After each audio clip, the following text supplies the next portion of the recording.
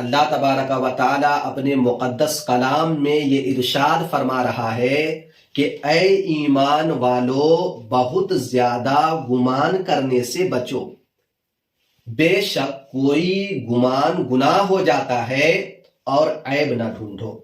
معزز ناظرین کرام، آج کا دور نہایت ہی تباہ کن ہے۔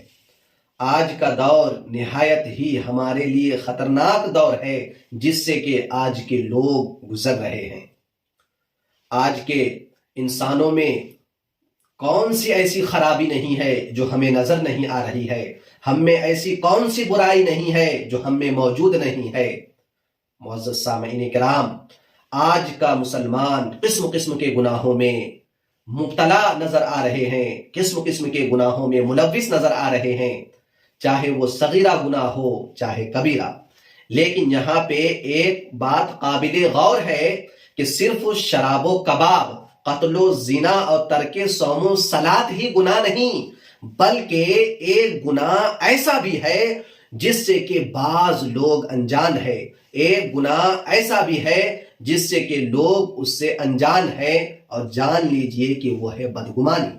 یہ ایک ایسا گناہ ہے، یہ ایک ایسی آگ ہے کہ جس سے گھر کا گھر اور خاندان کا خاندان جل رہا ہے۔ بدگمانی یہ ایک ایسی بیماری ہے جس سے دو دلوں میں نفرت پیدا ہو جاتی ہے، اور اس طرح سے الفت و محبت ختم ہو جاتی ہے۔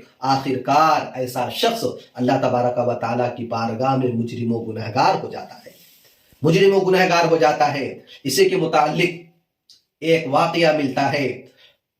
حضرت جنید بغدادی رضی اللہ تعالی عنہ ایک مرتبہ اپنے علاقے میں موجود تھے۔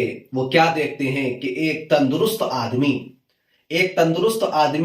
فقیر بن کر کے لوگوں سے سوال کر رہا تھا، بھیک مانگ رہا تھا۔ ویسے حضرت جنید بغدادی کے دل میں یہ خیال آیا کہ یہ شخص کتنا کام چور ہے، یہ شخص کتنا ذلیل ہے کہ بتائیے کہ یہ شخص نوجوان ہے، ہٹا گٹا ہے، تندرست ہے، اس کے باوجود بھی یہ بھیک مانگ رہا ہے، اس کے باوجود بھی یہ لوگوں سے سوال کر رہا ہے۔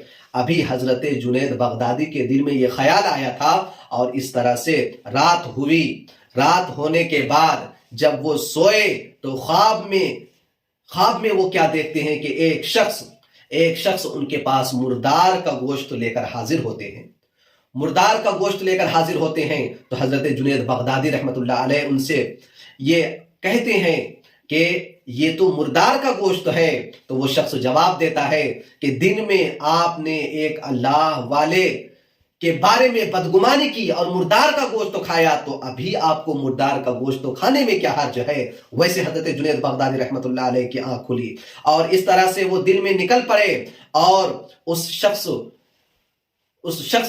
کا مکان تلاش کیا، اس شخص کے محلے میں جا کر کے ان سے معافی مانگی۔ اور جیسے ہی حضرت جنید بغدادی رحمت اللہ علیہ ان کے پاس پہنچے، اس شخص نے حضرت جنید بغدادی کو دیکھ کر کے یہ آیت کریمہ کی تلاوت کی، هو الذی یتقبل من عبادی، کہ اللہ تبارک و تعالی اپنے بندوں کی توبہ قبول فرماتا ہے۔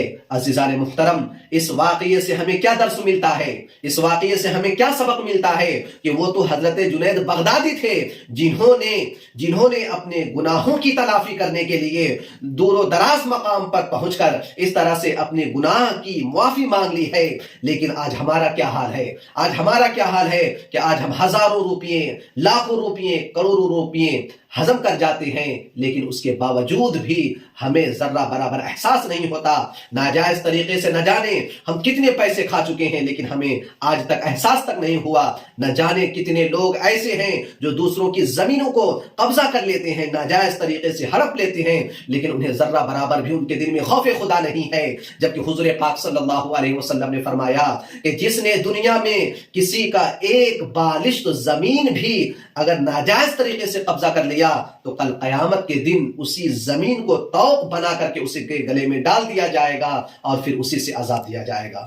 عزیزان محترم، تو پتا کیا چلا کہ بدگمانی یہ بہت ہی مکروہ ترین گناہ ہے، جس سے کہ گھر کا گھر اور خاندان کا خاندان اجڑ جاتا ہے، اور لوگوں کے دلوں میں نفرت پیدا ہو جاتی ہے۔